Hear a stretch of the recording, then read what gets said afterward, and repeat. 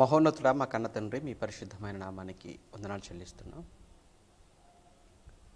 Bible అవగాహన ఈ కార్యక్రమంలో మరొక రోజు మాకు ఇచ్చినటువంటి వేదం ముందు కూర్చొని మీ జ్ఞానాన్ని నేర్చుకోవటానికి సిద్ధపడుతుండగా మాకు తోడుగా ఉండి సహాయం చేసి సత్య పరిపూర్ణతలోనికి, సంపూర్ణతలోనికి మమ్మల్ని నడిపించమని ప్రాధేయపడుతూ క్రీస్తునామని ప్రార్థన మీకు సమర్పిస్తున్నాము తండ్రి. ఆమెన్. ప్రభునందు ప్రేమైన దేవుని పిల్లలారా, బైబిల్ అవగాహన ఈ కార్యక్రమం కాస్త ఆలస్యమైంది, 10 నిమిషాలు మన్నించండి. సిగ్నల్ ప్రాబ్లం వలన లేట్ అయింది. నిన్నటి దినాన్న కూడా లైవ్ ప్రారంభించిన కొన్ని నిమిషాలకు సిగ్నల్ కట్ అయిపోవటం వలన లింక్ చేంజ్ అయిపోయి మరొక లింకులో లైవ్ వచ్చింది. దయచేసి ఒకవేళ ఇలా జరిగినప్పుడు ఎప్పుడైనా మీకు మా నుంచి మీకు లింక్ రాకపోయినా మీరు ఇమీడియట్గా మళ్ళీ ఫ్రెష్గా మీరు హోమ్ పేజీలోకి వెళ్ళి యూట్యూబ్లో మన ఛానల్ మీరు సెర్చ్ చేస్తే మీరు ఈజీగా మళ్ళీ మీరు కనెక్ట్ అయ్యే అవకాశం ఉంటుంది. దయచేసి మళ్ళీ మేము లింకు పంపించాలి, లింకు మేము పెడతామని మా కోసం మీరు ఎదురు చూడటం వలన ఇంకా మీరు లేట్ అయిపోయే అవకాశం ఉంటుంది మీకు. దయచేసి ఈ విషయాన్ని గమనించండి. ఎప్పుడైనా ఇన్ కేస్ మధ్యలో లైవ్ ఇంటరప్షన్ జరిగితే మీరు చేయవలసినటువంటి పని ఇమీడియట్గా మళ్ళీ రిఫ్రెష్ చేసుకోవటం. కనుక ఈ విషయాన్ని మీరు అందరూ గమనించండి. ఈ ప్రాబ్లం మీకు ఉండకూడదు అనుకుంటే మీరు ఛానల్ను మీరు సబ్స్క్రైబ్ చేసుకొని బెల్ బటన్ మీరు ప్రెస్ చేసి ఉంటే మీకు ఈ ప్రాబ్లం ఉండదు. ఆటోమేటిక్గా లైవ్ స్టార్ట్ అయిన వెంటనే మీకు నోటిఫికేషన్ రూపంలో వస్తుంది. కనుక దయచేసి ఈ విషయాన్ని మీరు గమనిస్తారని నేను తెలియజేస్తూ ఇక నేటి మన పాఠంలోనికి మనం వెళ్ళిపోదాం. ఈ బైబిల్ అవగాహన కార్యక్రమంలో ఇప్పటికే అనేకమైన సంగతులను, పుస్తకాలకు సంబంధించిన మరి ముఖ్యంగా వాటి నేపథ్యాన్ని మనం మాట్లాడుకుంటూ వస్తున్నాం. ఈరోజు ముందుగా మీకు తెలియచేసినట్లు సంఖ్యాకాండం, ఈ సంఖ్యాకాండానికి సంబంధించిన పరిచయాన్ని మనం నేర్చుకుందాం. ప్రియులారా, ఒక్కో పుస్తకాన్ని గురించినటువంటి పరిచయం ఎందుకు అనే విషయం పైన ఇప్పటికీ పలుమార్లు మీకు తెలియచేశాను. ఆ పుస్తకం యొక్క నేపథ్యం, ఆ పుస్తకం యొక్క ఉద్దేశం మనకు తెలియకపోతే ఆ పుస్తకంలో రాయబడిన సంగతులు అర్థం అవ్వటం కష్టంగా ఉంటుంది. అందుకే ఆ పుస్తకంలో ఉన్న సంగతులను అర్థం చేసుకోవడానికి తప్పనిసరి అయినటువంటి కార్యక్రమం, ప్రోగ్రామే ఈ బైబిల్ అవగాహన. ఇక ఆదికాండం విన్నారు, నిర్గమకాండము విన్నారు, లేవియాకాండాన్ని కూడా మీరు విన్నారు. ఇక ఈ క్రమంలో సంఖ్యాకాండం, ఈ సంఖ్యాకాండం అనేటువంటి ఈ పేరు ముందుగా ఈ పుస్తకానికి ఎలా వచ్చింది, సంఖ్యాకాండం అనే ఈ పేరు ఈ పుస్తకానికి ఎలా వచ్చింది అన్న విషయాన్ని మనం ముందుగా చూద్దాం. ఈ సంఖ్యాకాండాన్ని యాక్చువల్గా హిబ్రూ భాషలో, ఈ సంఖ్యాకాండాన్ని హిబ్రూ భాషలో, ఎందుకంటే ప్రారంభంలో ఈ పాత నిబంధన లేఖనాలన్నీ కూడా హిబ్రూ భాషలోనే వ్రాయబడ్డాయన్న సంగతి మీకు తెలుసు. మరి హిబ్రూలో దీనిని బే మెడ్బార్ అని పిలిచినట్లుగా, బే మెడ్బార్ మీకు స్క్రీన్ మీద కూడా మీకు చూపిస్తారు. బే మెడ్బార్ అంటే దీనికి హిబ్రూలో అరణ్యము అనేటువంటి అర్థం. బే మెడ్బార్ అంటే అరణ్యము అనే అర్థం అనేది ఇప్పుడు చెప్పినటువంటి ఈ పదానికి తెలుగులో ఉంటుంది. బే మెడ్బార్ అనేది హిబ్రూలో దీనికి ఉన్నటువంటి పేరు. దాన్ని తెలుగులో యాజ్ ఇట్ ఈజ్గా అనువాదం చేస్తే అరణ్య మందలి ప్రయాణాలు లేదా అరణ్యము అనేటువంటి అర్థం దానికి. కానీ మీకు గతంలో చెప్పినట్లుగా ఈ పాత నిబంధనకు సంబంధించినటువంటి వీటన్నిటినీ క్రీస్తుకు పూర్వం 3వ శతాబ్దంలో గ్రీకులోనికి అనువాదం చేశారు. దాన్ని సెప్టోజెంట్ అన్నారు. అందులోకి వచ్చేటప్పటికి ఈ బే మెడ్బార్ దాన్ని గ్రీకులోకి వాళ్ళు అనువాదం చేసినప్పుడు దాన్ని గ్రీకులో అరిత్ మయి అన్నారు. అరిత్ మయి, అది కూడా మీకు స్క్రీన్ మీద చూపిస్తున్నాను. ఎందుకంటే నేను పలుకుతున్న ఈ ప్రొనౌన్సియేషన్స్ ఏవైతే ఉన్నావో అవి మీకు సరిగా అర్థమవుతాయో లేదోనని వాటిని మరలా మీకు స్క్రీన్ మీద డిస్ప్లే చేయడం జరుగుతుంది. ఓకే, బే మెడ్బార్ అని హిబ్రూలో అన్నారు. గ్రీకులోనికి వచ్చేటప్పటికి అరిత్ మయి అన్నారు గ్రీకు సెప్టోజెంట్లో. దాన్ని లాటిన్లోనికి వచ్చేటప్పటికి లాటిన్లో న్యూ మెరీ అన్నట్లుగా మనం చూస్తున్నాం. న్యూ మెరీ అని లాటిన్లో పిలిచారు. ఈ లాటిన్లో పిలిచిన న్యూ మెరీని ఇంగ్లీషులోనికి వచ్చేటప్పటికి దానిని నంబర్స్, ఇంగ్లీషులోనికి వచ్చేటప్పటికి నంబర్స్గా పిలిచారు. నంబర్స్ ఇంగ్లీష్లో అన్నారు. తెలుగులోనికి వచ్చేటప్పటికి దానిని సంఖ్యాకాండముగా చూస్తున్నాం. చూసారా, హిబ్రూలో ఏమన్నారు చూసాం, గ్రీకులో ఏమన్నారో చూసాం, దీనిని లాటిన్లో ఏమన్నారో చూసాం, ఇంగ్లీష్లో ఏమన్నారు, ఇప్పుడు మనం తెలుగులో సంఖ్యాకాండం. అయితే ఇంతకు దీనికి సంఖ్యాకాండము అనేటువంటి ఈ పేరు, దీనికి ఎందుకు ఈ పేరు పెట్టారు దీనికి? అయితే మరికొంతమంది పండితులు బైబిల్ మొదటి శతాబ్దంలో ఉన్నవాళ్ళు దీనికి సంఖ్యాకాండం అనే కాకుండా మరికొన్ని పేర్లు కూడా, మరికొన్ని పేర్లతో వాళ్ళు పిలిచినట్టుగా చెప్తుంది చరిత్ర. మరికొన్ని ఆ పేర్లతో కూడా ఈ గ్రంథాన్ని పిలిచారట.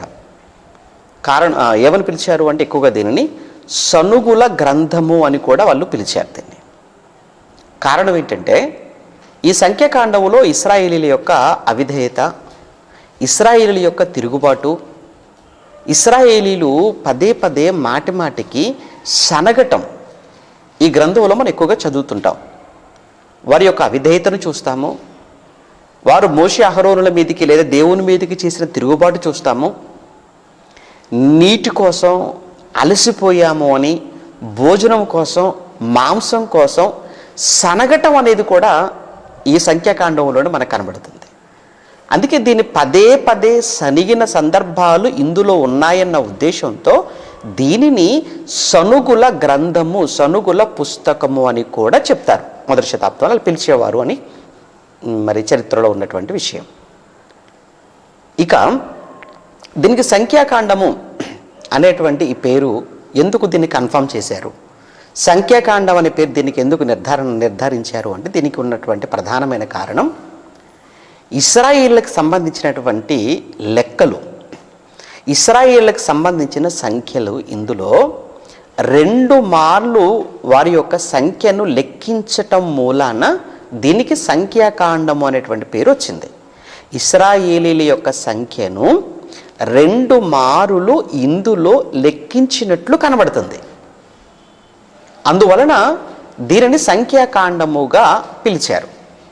ఎక్కడ మనం చూస్తాము అని అంటే ప్రారంభంలో చూస్తాము మొదటి అధ్యాయములో, ఆ తర్వాత మళ్ళీ చివరికి వెళ్ళేటప్పటికీ 26వ అధ్యాయములో కూడా మనం చూస్తుంటాం. సంఖ్యాకాండం మొదటి అధ్యాయములో 1 మారు లెక్కిస్తారు ఇశ్రాయేలుల సంఖ్యను, మరలా ఆ తర్వాత 26వ అధ్యాయానికి వెళ్ళేటప్పటికీ అక్కడ కూడా మళ్ళీ ఇశ్రాయేలుల సంఖ్యను లెక్కించారు. ఇలా 2 మార్లు ఇశ్రాయేలుల సంఖ్యను లెక్కించారు అని దీనిని సంఖ్యాకాండముగా చెప్పారు అనేది అనేక మంది యొక్క అభిప్రాయం. ఇకపోతే మొదటి అధ్యాయంలో లెక్కించినప్పుడు, ఆ తర్వాత 26వ అధ్యాయంలోకి లెక్కించినప్పుడు అక్కడ ఒక గోత్రాన్ని వారు మినహాయించినట్లుగాను, అలానే ఇశ్రాయేలీలో అందరినీ కూడా వాళ్ళు లెక్కించినట్టుగాను మనకు కనబడదు. అంటే ఒక గోత్రాన్ని వారు మినహాయిస్తారు, అలానే అందరినీ కూడా వాళ్ళు లెక్కించారు. ఒకసారి ఆ మాట కూడా చూసి మనం కన్ఫర్మ్ చేసుకున్నాక మనం నెక్స్ట్ విషయంలోనికి మనం వెళ్ళిపోదాం. ఓకే, కంగారు పడాల్సిన పని ఏం లేదు. నెమ్మదిగా ఈ రోజుకు సాధ్యమైనంత వరకు ఎన్ని విషయాలు మనం నేర్చుకోగలమో సమయాన్ని బట్టి అన్ని విషయాలు మనం మాట్లాడుకుందాం. మిగిలితే రేపు మనం మాట్లాడుకుందాం. ఓకే, కంగారేం లేదు. సంఖ్యాకాండం మొదటి అధ్యాయంలో ముందుగా చెప్పినట్లు సంఖ్యాకాండం మొదటి అధ్యాయం మొదటి వచనం, సంఖ్యాకాండం మొదటి అధ్యాయం మొదటి వచనంలో వారు ఐగుప్తు దేశము నుండి బయలు వెళ్ళిన 2వ సంవత్సరము 2వ నెల 1వ తేదీని సీనాయి అరణ్యమందలి ప్రత్యక్షపు గుడారములో యెహోవా మోషేతో ఇట్లా నేను ఓకే. ఇప్పుడు ఇది 2వ సంవత్సరము 2వ నెల అంటే ఎక్కడున్నారు వీళ్ళు? ఇంకా అక్కడే ఉన్నారు. ఎక్కడ? సీనాయి అరణ్యంలో. రైట్.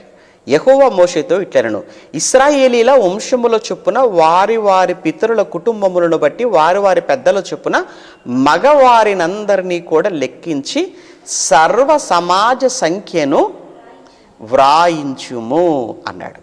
సర్వ సమాజం యొక్క సంఖ్యను నీవు వ్రాయించు. అయితే 3వ వచనంలో ఇశ్రాయేలీలలో సైన్యముగా వెళ్ళు వారిని అనగా 20 ఏండ్లు మొదలుకొని పై ప్రాయము కలిగిన వారిని తమ తమ సేనలను బట్టి నీవును అహరోనును లెక్కించవలెను అన్నాడు. ఏమండి? ఇక 18కి వచ్చేటప్పటికి చూద్దామా. 18కి వచ్చేటప్పటికి 18వ వచనంలో 20 ఏండ్లు మొదలుకొని పై ప్రాయం గలవారు తమ తమ వంశావళులను బట్టి తమ తమ వంశములను తమ తమ పితరుల కుటుంబములను తమ తమ పెద్దల సంఖ్యను తెలియచెప్పగా యెహోవా అతనికి ఆజ్ఞాపించినట్లు సీనాయి అరణ్యములో మోషే వారిని లెక్కించెను. అయితే ఇందులో ఎవరిని ఆయన మినహాయించాడు, ఎవరిని ఆయన లెక్కించలేదు, ఈ విషయం మనకు 46వ వచనంలోన రైట్ 46, 47 వచనాన్ని చూద్దాం. 46లో ఇలా మొత్తంగా లెక్కించగా అన్ని గోత్రాలలో ఉన్న వారిని, అందులో మగవారిని గుర్తుంచుకోండి, అన్ని గోత్రాలలో ఉన్నవారు 11 గోత్రాలలో ఉన్నవారు, ఆ 11 గోత్రాలలో కూడా 20 ఏండ్లు పైబడిన వారు, అందులో పురుషులైన వారు. ఓకేనా? పురుషులై ఉండి 20 సంవత్సరాలకు పైబడి 11 గోత్రాలలో ఉన్నవారి సంఖ్య ఎంతమందట? లెక్కింపబడి 6,03,550 మంది. 6,03,550. రైట్. 47 మినహాయించబడిన గోత్రం ఏంటట? 47. అయితే లేవీయులు తమ పితరుల గోత్రము చొప్పున వారితో పాటు లెక్కింపబడలేదు అన్నాడు. అంటే లేవీయులను లెక్కించలేదు. లేవీయులను మినహాయించి మిగతా 11 గోత్రాలలో మగవారు, అందులో కూడా 20 ఏండ్లు పైబడిన వారిని మాత్రమే లెక్కించగా మనకు వచ్చినటువంటి సంఖ్య. ఇది ఎక్కడ జరిగింది? సీనాయి పర్వతము లేదా సీనాయి అరణ్యములో మొదటగా జరిగినటువంటి ప్రజా సంఖ్య అనుకుంటారా? ఆ ప్రజా సంఖ్య అనుకోండి ఇది. రైట్. ఇక మరలా 2వ మారు మరలా లెక్కించాడు. ఒకసారి అయిపోయింది కదా. ఇప్పుడు 2వ మారు లెక్కించాడు. ఎక్కడ 2వ మారు లెక్క? 26వ అధ్యాయానికి మనం వెళ్ళాలి. ఓకే, 26వ అధ్యాయం సంఖ్యాకాండానికి మనం వెళితే అక్కడ మొదటి నుంచి చూద్దామా. మొదటి నుంచి, ఆ తెగులు పోయిన తరువాత, ఏ తెగులు? కరోనా కాదు, అది ఇప్పుడు ఉంది కదా. ఏమంటే ఆ తెగులు అంటే ఏ తెగులు? 25వ అధ్యాయంలో ఒక భయంకరమైన తెగులును ఇశ్రాయేలీల మధ్యలోనికి దేవుడు పంపాడు. కారణం ఏంటంటే అక్కడికి వచ్చినటువంటి మోయాబు స్త్రీలు మిద్యాను స్త్రీలను చూచి మోహించి వారితో పెళ్లి చేసుకొని వారి దేవతలను మ్రొక్కుతూ వారితో వ్యభిచరించుచు ఒక భయంకరమైన దేవుడు అసహించుకునే, దేవుడికి కోపాన్ని రప్పించే, దేవుణ్ణి ఉగ్రుడిని చేసేటువంటి ఒక భయంకరమైనటువంటి కార్యము దేవుడు చూసి భరించలేక సహించలేక ఆ తెగులు వారి మధ్యలోనికి పంపాడు. అంటే ఇక్కడ ఒక విషయం మనకు అర్థం కావాలి. ఏంటంటే ఈ తెగులు అంటే వైరస్. ఈ తెగుళ్ళు అనేవి, ఈ వైరస్లు అనేవి ఎక్కడి నుంచి వస్తాయి, ఎప్పుడు వస్తాయి, ఎంతమందిని చంపుతాయి అని అంటే ఈ సంఖ్యాకాండం 25వ అధ్యాయం చదువుకుంటే మీకు బాగా అర్థమవుతుంది. ఆ రోజు వచ్చినటువంటి ఆ తెగులు వారు చేసిన పాపాలను బట్టి, ఆ పాపాలకు ప్రతిగా దేవుడు తెగులు పంపాడు అని అంటే ఈరోజు ప్రపంచాన్ని వణికిస్తున్న, ప్రపంచాన్ని ఈరోజు నాశనం చేస్తున్న, ఈరోజు ప్రపంచంలో అనేక మంది ఈ తెగులు బారిన పడి ప్రాణాలు పోగొట్టుకుంటున్నారు అని అంటే ఎక్కడి నుంచి వచ్చింది, ఎందుకు వచ్చింది అన్నప్పుడు చెప్తుంది కదా సంఖ్యాకాండం 25. పోనీ వచ్చింది, వచ్చిన తర్వాతనైనా దేవుని వైపు చూస్తున్నారా? దేవునికి మొరపెడుతున్నారా? బ్రతుకులు మార్చుకుంటున్నారా? ఎక్కడ మారుతున్నారండి? రాత్రి మీరు ఎక్కడ మారుతున్నారు చెప్పండి? ఎక్కడా లేదండి. అందుకే కావచ్చు మళ్ళీ సెకండ్ వేవ్, మారకపోతే థర్డ్ వేవ్ రెడీగా ఉందట. మళ్ళీ నవంబరు అక్టోబర్లో మళ్ళీ థర్డ్ వేవ్ రెడీగా ఉందని అంటున్నారు మరల శాస్త్రవేత్తలు. ఇంకా ఎన్నో. మొత్తానికైతే తెగులు వచ్చేసింది. ఆ తెగులుకు వేల మంది చనిపోయారు. 25లో సంఖ్యాకాండలో మనం చదువుకున్నప్పుడు 24,000 మంది ఆ తెగులు బారిన పడి చనిపోయారు. 25లో ఉంటుంది, 25వ అధ్యాయంలో 24,000 మంది చచ్చిపోయారు. చచ్చిపోయారు అనటం కంటే దేవుడు చంపి పడేశాడు. ఇప్పుడు 26. ఎందుకంటే ఆ తెగులు అనగానే మళ్ళీ మీకు డౌట్ వచ్చింది కదా, అందుకోసం ఈ చరిత్ర చెప్తాను మీకు. మరలా ముందు జరిగింది ఆ తెగులు అంటే ఏ తెగులు, ఎందుకు వచ్చింది, ఏంటి అనే స్టోరీ, ఇదంతా చరిత్ర. రైట్. ఆ తెగులు పోయిన తర్వాత యెహోవా మోషేకును యాజకుడగు అహరోను కుమారుడైన ఎలియాజరునకును ఈలాగు సెలవిచ్చెను. మీరు ఇశ్రాయేలుల సర్వ సమాజములోను 20 ఏండ్లు మొదలుకొని పై ప్రాయము కలిగి ఇశ్రాయేలీలలో సేనగా బయలు వెళ్ళు వారందరి సంఖ్యను వారి వారి పితరుల కుటుంబములను బట్టి మీరు వ్రాయించండి అన్నాడు. అలా వాళ్ళు మరలా వ్రాయించటం, లెక్కించటం మరలా ప్రారంభించేశారు. అంటే ఇక్కడ రెండవ మారు లెక్కలు మరలా ప్రారంభమయ్యాయి. అక్కడ మొదటి అధ్యాయంలో మొదటిసారి, ఇక్కడ 26వ అధ్యాయంలో రెండవ మారు. విషయం ఏంటంటే ఇక నుంచి 26 నుంచి ఏంటంటే ఇదంతా కూడా ఏమంటారు, కొత్త తరం. ఇదంతా ఇది కొత్త తరం. ఎందుకు కొత్త తరం అంటున్నాము అని అంటే ఆల్రెడీ పాత తరం అంతా కూడా అరణ్యంలోనే పోయింది. తిప్పి తిప్పి తిప్పి తిప్పి అరణ్యంలో అందరినీ చంపేశాడు. ఇది ఒక కొత్త తరం, నవతరం ఇది. కనుక మరలా అందరినీ కూడా లెక్కించి వాళ్ళందరికీ చాలా ఇన్స్ట్రక్షన్స్ ఇచ్చి వారందరినీ తీసుకొని వెళ్ళిపోతున్నాడు అనమాట. ఎక్కడికి? కనానుకు. ఓకే. అందువలన 2 మారులు ఇశ్రాయేలుకు సంబంధించిన లెక్కలు, ఇశ్రాయేలుకు సంబంధించిన ప్రజా సంఖ్య జరగటం వలన ఇందులో దీనికి సంఖ్యాకాండము అనేటువంటి పేరు అనేది దీనికి స్థిరం చేశారు. ఓకే. పేరు ఎలా వచ్చింది, సంఖ్యాకాండము అనే ఈ పేరు దీనికి ఎలా వచ్చింది అన్న విషయం తెలిసిపోయింది. నెక్స్ట్ విషయం ఏంటంటే మనకు అవసరమైనది, ఇందులో దీని రచయిత ఎవరు? కామన్గా రోజు మనం మాట్లాడుకునే పాయింట్స్ కదా. దీని రచయిత ఎవరు? దీని రచయిత ఎవరు? కామన్గా మనం చెప్పుకుంటున్నాం ప్రతి ఈ పుస్తకానికి మోషే గారు అని. నిజమే, మోషే గారేనని మొదటి శతాబ్దంలో యూదులు కావచ్చు, సమరయులు కావచ్చు, అలానే మొదటి శతాబ్దంలో ఉన్న ఆదిమ సంఘం క్రైస్తవ్యము కూడా మోషే గారేనని 100% వాళ్ళు నిర్ధారణకు వచ్చేసారు. ఏమండి? అయినా మనకు ఆధారాలు కావాలి కదా. మనకు బైబిల్లో ఉన్నటువంటి బైబిల్లోని మనకు ఇంటర్నల్గా అంటే మనకు ఈ గ్రంథంలో సంఖ్యాకాండం అని ఈ పుస్తకంలోనా, లేదా ఈ పుస్తకాన్ని దాటి మనం వేరే పుస్తకంలోనికి వెళ్ళామంటే అది ఎక్స్టర్నల్ మనం అనుకుంటున్నాం, బాహ్య ఆధారాలు అనుకుంటున్నాం. మనం చూద్దాం. మనం ముందుగా బాహ్యంగా ఏమైనా ఆధారాలు ఏమైనా ఉన్నవా అంటే సంఖ్యాకాండములో కాకుండా వేరే మిగతా 65 పుస్తకాలలో ఎక్కడైనా ఈ సంఖ్యాకాండాన్ని వ్రాసినటువంటి గ్రంథకర్త మోషే గారేనని మనం నిర్ధారణ చేసుకోవటానికి ఏమైనా ఉన్నవా అన్నప్పుడు ఉన్నాయండి. అవి మనకు క్రొత్త నిబంధనలో యేసుక్రీస్తుల వారు కావచ్చు, అలానే పౌలు గారు కానీ ముఖ్యంగా వీళ్ళు ఈ సంఖ్యాకాండములో ఉన్నటువంటి విషయాలను ఎత్తి మాట్లాడుతూ మోషే అన్నట్లుగా వాళ్ళు మాట్లాడడం అనేది జరుగుతుంది. కనుక వారు ప్రస్తావించిన సంగతులు ఏవైతే ఉన్నావో అవి మోషే గారు అని వారు చెప్పటం వలన మోషే గారు ఎక్కడ చెప్పారు ఈ విషయాలు అని మనం వెతుకుతున్నప్పుడు సంఖ్యాకాండంలో కనబడతాయి. కనుక ఈ సంఖ్యాకాండం యొక్క గ్రంథకర్త మోషే అని మనం ప్రతి దాన్ని కూడా మనం ప్రతి పుస్తకంలో కూడా అలానే మనం నిర్ధారణ చేసుకుంటూ వస్తున్నాము. ఇప్పుడు ఇందులో కూడా చూద్దాం కొన్ని మాటలు.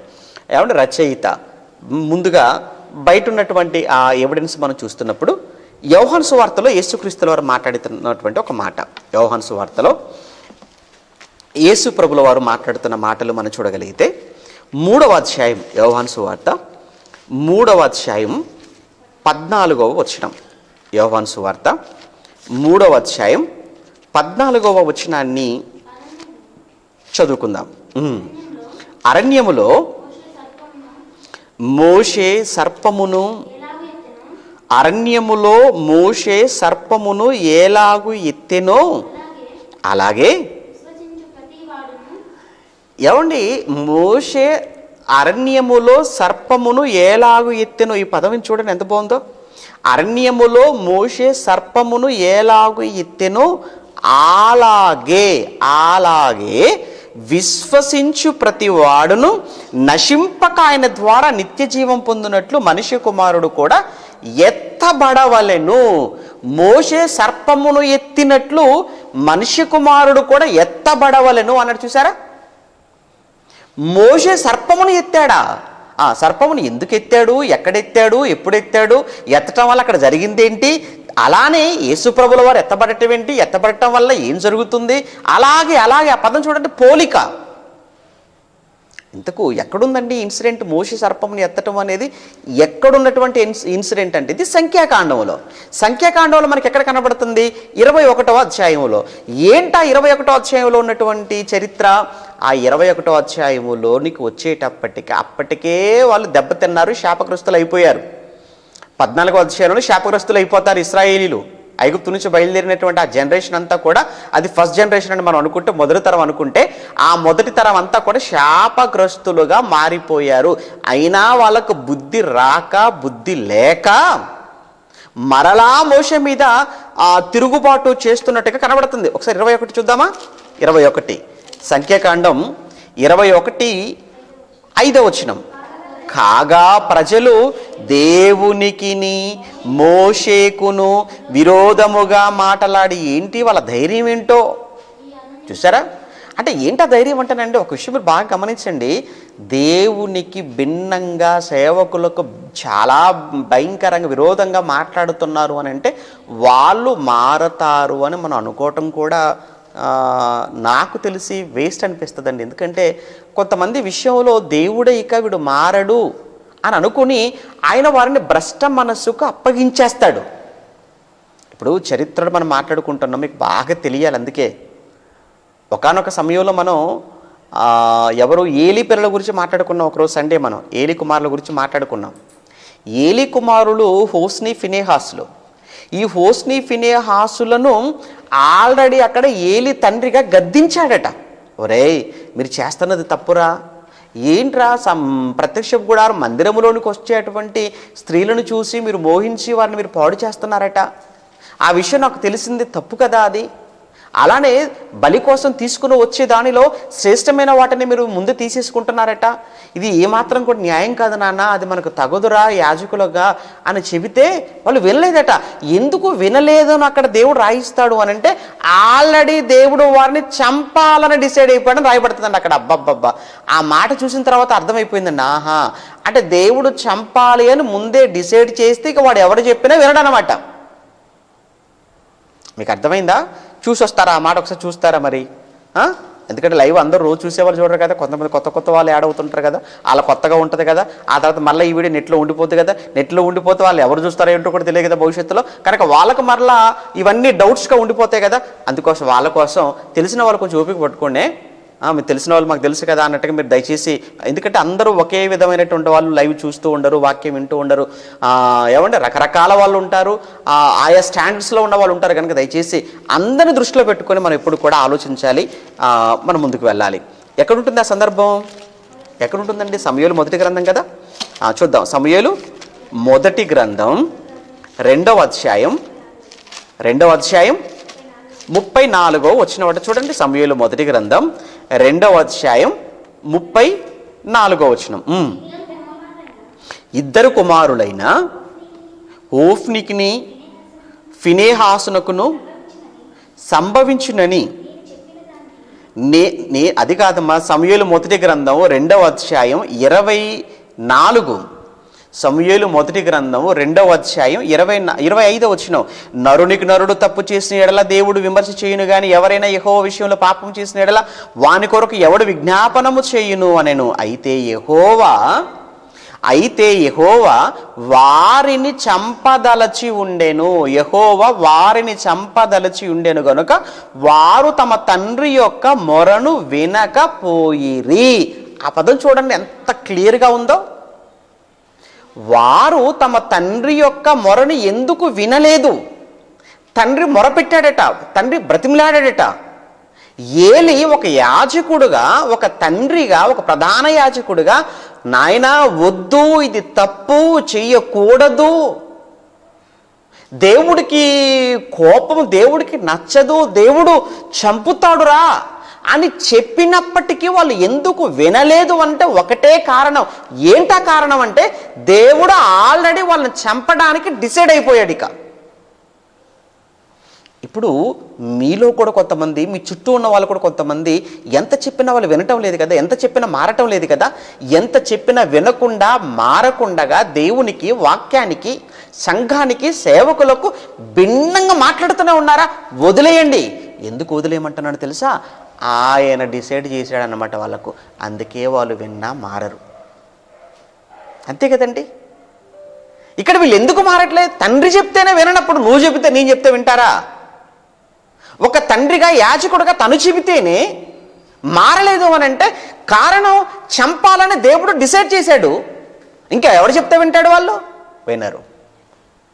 కానీ ఆ చావు చాలా ఘోరంగా ఉంటుంది. ఆ చావు చాలా భయంకరంగా ఉంటుంది కదా. వద్దంటే ఇక్కడ కూడా ఎక్కడున్నాం మనం? ఏమండి? సంఖ్యాకాండం 21వ అధ్యాయంలో ఉన్నాం కదా. 21లో వీళ్ళు ఎలా ఉన్నారు చూస్తారా? 21 సంఖ్యాకాండంలో 5వ వచనంలో, కాగా ప్రజలు దేవునికిని మోషేకును, ఎందుకు ఈ మాట చెప్పాను తెలుసా? వీళ్ళకి ఆల్రెడీ దేవుడు 14వ అధ్యాయంలో శాపం పెట్టాడని మీకు చెప్పాను ముందే ఒక మాటగా. వీళ్ళకి ఆల్రెడీ 14వ అధ్యాయంలో శాపం. 14వ అధ్యాయంలో శాపం ఏంటంటే మీరెవరూ కూడా ఇక కనానుకు మీరు వెళ్ళరు, మీరంతా కూడా ఈ 40 సంవత్సరాలు కూడా మీరు అరణ్యంలో తిరిగి తిరిగి తిరిగి తిరిగి మీరు వెళ్ళాల్సిందే తప్ప ఎవడు వెళ్ళడు మీరు అని అక్కడే శాపం పెట్టేశాడు ఆయన. అయినా వీళ్ళు చూసారా ఇంకా ఏంటి మారరా? ఏమండి చేంజ్ లేదా వీళ్ళలో? లేదు. చూడండి, అయినను వారు దేవునికిని మోషేకును విరోధముగా మాటలాడి, ఈ అరణ్యములో చచ్చుటకు ఐగుప్తులో నుండి మీరు మమ్ముని ఎందుకు రప్పించితిరి? అక్కడ ఆహారము లేదు, నీళ్లు లేవు, చవిసారములు లేని ఈ అన్నము మాకు అసహ్యమైనదనిరి. ఈ అరణ్యములో ఆహారము లేదు, నీళ్లు లేవు, ఉప్పు కారము రుచి లేని ఈ భోజనమా మాకు చాలా అసహ్యంగా ఉంది అని దేవునికి, మోషేకు విరోధంగా వాళ్ళు మాట్లాడడం ప్రారంభించారట. ఇక దేవుడికి చాలా కోపం వచ్చేసింది. అలానే ఇది మొదటిది కాదండి. వీళ్ళతో మనం రేపు మాట్లాడుకుంటే రెండో భాగంలో, అబ్బో ఇశ్రాయేలీలా, మామూలు ఇశ్రాయేలీలు కాదు వీళ్ళు. అయినా ఆల్రెడీ మనం ఇశ్రాయేల్కి సంబంధించి, ప్రయాణాలకు సంబంధించి 10 భాగాలు మాట్లాడుకున్నాం కదా. ఐగుప్తు నుంచి కనాను ప్రయాణాలు అని 10 ఎపిసోడ్స్ ఉంటాయి, స్పెషల్ ఎపిసోడ్స్ అవి. అందులో కూడా చాలా మాట్లాడుకున్నాం వీళ్ళ గురించి మనం. ఓకేనా? సరే, ఇక్కడ ఈ సందర్భంలో అందుకు యెహోవా ప్రజలలోనికి ఎప్పుడైతే వీళ్ళు ఇలా మాట్లాడేసి తిరుగుబాటు చేశారో అప్పుడు యెహోవా తాపకరములైన సర్పములు, అంటే చాలా విషపూరితమైన భయంకరమైన సర్పము కాదట, సర్పములు. ఎన్ని సర్పాలు వచ్చేసాయండి బాబోయ్! వచ్చినటువంటి ఆ సర్పాలు దొరికిన వాడిని దొరికినట్టే కాటు వేసుకుంటూ వెళ్ళిపోతున్న పరిస్థితుల్లో ఎలా ఉండుంటుంది అంటారు? ఒక పాము మీరు చూస్తున్నా మీ ఇంట్లోకి వెళ్ళిపోయింది అనుకోండి, ఇంట్లో ఉంటారా? అది మంచం కిందకి వెళ్ళిపోతే మీరు ఎక్కడ ఉంటారు? మంచం పైన ఉంటారు. అది మంచం వ్యక్తి మీరు ఎక్కడ ఉంటారు? మంచం కింద ఉంటారు. అది లోపల తిరుగుతున్న మీరు ఎక్కడ ఉంటారు? బయట ఉంటారు. అది బయట ఉంటే మీరు ఎక్కడ ఉంటారు? లోపల ఉంటారు. ఏంటి పరిస్థితి? భయం. ఇది ఒకదానికే. అటువంటప్పుడు 4-5 వచ్చాయనుకోండి ఇంట్లోకి, ఎలా ఉంటుంది అంటారు? ఇప్పుడు వీళ్ళు ఎంతమంది ఉన్నారు? లక్షల్లో ఉన్నారు. మరి లక్షల్లో ఉన్న వీళ్ళ మధ్యలోనికి ఎన్ని పాములు, ఎన్ని సర్పములు వచ్చి ఉంటాయి? వచ్చిన సర్పాలు ఎందుకు వచ్చాయి అనుకుంటున్నారు? ఎలా ఉన్నారు చూసిపోదామని కాదు, కాటేసిపోదామని. వచ్చినటువంటి సర్పాలు దొరికిన వాడిని దొరికినట్టు కాటు వేసుకుంటూ పోతుంటే కింద పడిపోయి నురుగు గక్కుకుంటూ క్షణాల్లో విలవిల్లాడిపోతూ చూస్తుంటేనే భర్త చనిపోయి, భార్య చనిపోయి, పిల్ల చనిపోయి ప్రాణాలు పోతున్నాయి అక్కడ. ఏంటి ఈ భయంకరమైన ఈ ఘోరకలి? ఏంటి భయంకరమైన పరిస్థితి ఇశ్రాయేలు సమాజంలో ఎందుకు వచ్చింది? అవిధేయత కాదు, తిరుగుబాటు కాదు, దేవునికి విరోధంగా మారిపోతారా? అలా అని ఒక్కసారి గతాన్ని జ్ఞాపకం చేసుకుంటే ఇశ్రాయేలీలను ఐగుప్తు దేశంలో ఎన్ని తెగుళ్ళు ఐగుప్తుల మీద రప్పించి వీరిని సేఫ్ జోన్లో పెట్టి ఎలా కాపాడుతూ వచ్చాడు. ఒక గద్ద తన రెక్కల మీద ఎలా అయితే తీసుకుని వస్తుందో అలా నేను మిమ్మల్ని మోసుకొని వచ్చాను అని అన్నాడు దేవుడు. ఎన్ని అద్భుతాలు చేశాడండి వీళ్ళ కోసం. లేదండి, కృతజ్ఞత లేని మనుషులు, కృతజ్ఞత లేని జాతిగా మారిపోయారు. నేనన్న మాట కాదు, మనం చదువుకుంటాం తర్వాత చాలా చరిత్ర ఉంది వీళ్ళ కోసం. పౌలు గారు కూడా వీళ్ళ కోసం అదే మాట్లాడతారు కదా, వారు దేవునిని ఎరిగియు వారు దేవునిగా వాళ్ళు మహిమపరచలేదు, కృతజ్ఞతాస్తుతులు చెల్లించలేదు అని రోమిలికి రాస్తూ చెప్తాడు. రోమపత్రిక 1వ అధ్యాయం 20, రోమపత్రిక 1వ అధ్యాయం 21వ వచనం అనుకుంటాను చూడండి. రోమపత్రిక 1వ అధ్యాయం 21వ వచనం. మరియు వారు, చూసారా, మరియు వారు దేవునిని ఎరిగియు ఆయనను దేవునిగా మహిమపరచలేదు, కృతజ్ఞతాస్తుతులు చెల్లింపను లేదు. కృతజ్ఞతాస్తుతులు చెల్లింపను లేదు. దేవుడి మాట రాయిస్తున్నప్పుడు అండి ఎంత బాధతో రాయించుంటాడు పరిశుద్ధాత్మ దేవుడు, ఎంత వేదనతో రాయించుంటాడు. కారణం ఏంటంటే మనం ఏదో ఒక సమయంలో ఏదో ఒక చిన్న సహాయం చేసినందుకే చిన్న సహాయాన్ని పొందుకున్న వ్యక్తి మనకు థ్యాంక్స్ చెప్పకపోతే మనమే చాలా ఫీల్ అయిపోతుంటాం. ఆడికి నేను ఆపదలో ఆదుకున్నానండి, ఆడికి నేను బట్టలు కొనిచ్చానండి, ఆడికి ఏమంటే హాస్పిటల్ బాగోలేకపోతే ఆడికి ఏమంటే సహాయం చేశానండి, ఎన్నో చెప్పుకుంటాం మనం. మర్చిపోయాడు అనుకోండి, ఎవడు మనం చేసిన 1-2 సహాయాలు పొందుకున్న వాళ్ళు మర్చిపోతేనే మనం మాట్లాడే కృతజ్ఞత లేదంటాం. వీళ్ళ కొరకు దేవుడు ఎన్ని చేశాడంటారు, ఎన్ని చేశాడంటారు. అయినా వాళ్ళ కృతజ్ఞత దేవుడి పట్ల చూపించలేదు అని అంటే దేవుడికి ఎలా అనిపించాలి చెప్పండి? ఆయనకి ఎలా అనిపించాలి? మనసు ఆయనకు ఒక మనసు ఉంది కదండి, ఆయనకు హృదయం ఉంది కదా. ఆ హృదయం, ఆ మనసు ఎప్పుడో ఆదికాండ ప్రారంభం జలప్రలయం ముందు నుంచి అది నొచ్చుకుంటూనే ఉంది కదా, బాధపడుతూనే ఉంది కదా. తెలుసు కదా, చరిత్ర తెలుసు కదా, పితరుల చరిత్ర అంతా తెలుసు కదా వీళ్ళకు. అయినా మరల వీళ్ళు కూడా అలానే చేస్తారా? ఏం చేస్తారు? నిర్ణయించబడ్డారు దేనికి? నరకానికి, చావుకు. అందుకే ఈ తిరుగుబాటు. అప్పుడు మరలా వచ్చేసారట మోషే గారి దగ్గరకు. మరలా ఇంకా అదే చనిపోతుంటే శవాలు అలా పడిపోతుంటే ఏం చేస్తారు? మరలా మోషే గారి దగ్గరికి వచ్చారు. ఆ మోషే గారి దగ్గరికి వచ్చి ఏమంటే, అయ్యా మోషే గారి దగ్గర మేము యెహోవాకును నీకును విరోధంగా మాట్లాడి పాపము చేస్తే యెహోవా మా మధ్య నుండి సర్పమును తొలగించినట్లు మీరే వేడుకోవాలి అని మరలా వీళ్ళు వచ్చి ఇప్పుడు వీళ్ళని వేడుకుంటున్నారు మోషే ఆరోన్లు. అప్పుడు ఆయన అనేశాడు, సరళ అని చెప్పేసిన వెంటనే ఆయన ప్రజల కొరకు మోషే ప్రార్థన చేయగా యెహోవా చెప్పేటప్పుడు, నీవు తాపకరమైనటువంటి సర్పము వంటి ప్రతిమ. అక్కడ చదువుకున్న యోహాను సువార్త 3లో ప్రభు చెప్పిన మాట 3:14లో ఏమంటున్నాడు ఇక్కడ? నీవు తాపకరమైన సర్పము వంటి ప్రతిమను చేయించి స్తంభము మీద పెట్టుము అన్నాడు. ఏంటయ్యా ఇలా పాము కరిచిన వాళ్ళందరి పరిస్థితి ఏంటయ్యా, కాటు వేసిన వాళ్ళ పరిస్థితి ఏంటయ్యా అంటే, పంచేయి ఆ పాము, ఆ సర్పము వంటి ప్రతిమ ఒకటి చేయించి ఆ స్తంభం మీద పెట్టు. కరవబడిన ప్రతివాడు దాని వైపు చూస్తే బ్రతుకుతాడు. ఇప్పుడు యోహాను సువార్తలో మనం చదువుకుంది అంటే ప్రభు చెప్పింది ఏదైతే ఉందో, అరణ్యములో మోషే సర్పమును ఎలాగు ఎత్తెనో అన్నాడు అనంటే, అసలు మోషే గారు సర్పమును ఎత్తాడు అనేటువంటి విషయం ఇదంతా మనకి ఎక్కడ కనబడుతుంది అని అంటే, ఇదిగో సంఖ్యాకాండం. కనుక క్రొత్త నిబంధనలో ఈ యేసుక్రీస్తుల వారి మాటల్లో సంఖ్యాకాండము ప్రస్తావన మనకు కనబడుతుంది. మోషే గారి పేరు చెప్పి మరీ చెప్తున్నాడు కనుక మనం ఏమనుకోవచ్చు అని అంటే ఇది మోషే గారు రాశారు. ఇంకొక విషయాన్ని కూడా ఇంకొంచెం క్లియర్గా మనం చూడాలి అంటే పౌలు గారి మాటల్లోని కూడా మనం వెళ్ళామనుకోండి. పౌలు గారి మాటల్లో కొరింథీయులకు రాసినటువంటి మొదటి పత్రిక 10వ అధ్యాయం, కొరింథీయులకు రాసిన మొదటి పత్రిక 10వ అధ్యాయంలో అక్కడ కూడా 25వ అధ్యాయంలోని సందర్భాలు అక్కడ చెప్తుంటాడు. కొరింథీయులకు రాసిన మొదటి పత్రిక 10వ అధ్యాయం మొదటి నుంచి మనం చూస్తున్నప్పుడు, సహోదరులారా ఈ సంగతి మీకు తెలియకుండా మాకు ఇష్టం లేదు అని ఈ విషయాలన్నీ చెప్తూ అయితే వారిలో ఎక్కువ మంది దేవునికి వారు ఇష్టలుగా ఉండలేకపోయిరి, కనుక అరణ్యములో సంహరించబడిరి.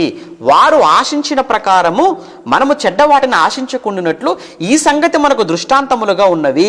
జనులు తినుటకును త్రాగుటకును కూర్చుండి ఆడుటకు లేచిరి అని వ్రాయబడినట్లు వారిలో కొందరి వలె మీరును విగ్రహారాధికులై ఉండకండి అని ఇదంతా కూడా చెప్తూ ఒక్క దినమున్న 23,000 మంది కూలిరి, మనమును ప్రభువును శోధించుకుందాము. వారిలో కొందరు శోధించి సర్పము వలన నశించిరి. చూడండి అక్కడ, వారిలో కొందరు శోధించి సర్పము వలన నశించిరి అన్నాడు. ఈ సంగతులు దృష్టాంతములుగా వారికి సంభవించి యుగాంతమందున్నటువంటి మనకు బుద్ధి కలుగుటకై ఇవన్నీ కూడా వ్రాయబడినవి అన్నాడు. మీరు ప్రారంభం నుంచి చూస్తుంటే అందరూ మోషేను బట్టి అని మనం ప్రారంభంలో చదువుకుంటాం.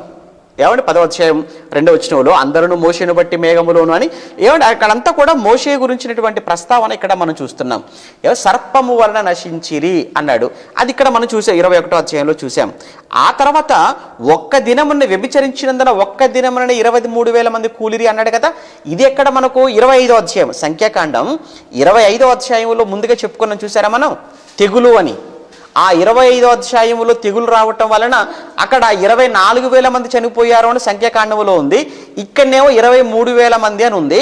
అక్కడ 24, ఇక్కడ 23 అని లెక్కల్లో తేడా ఉందని మీరేం కంగారు పడాల్సిన పని లేదు.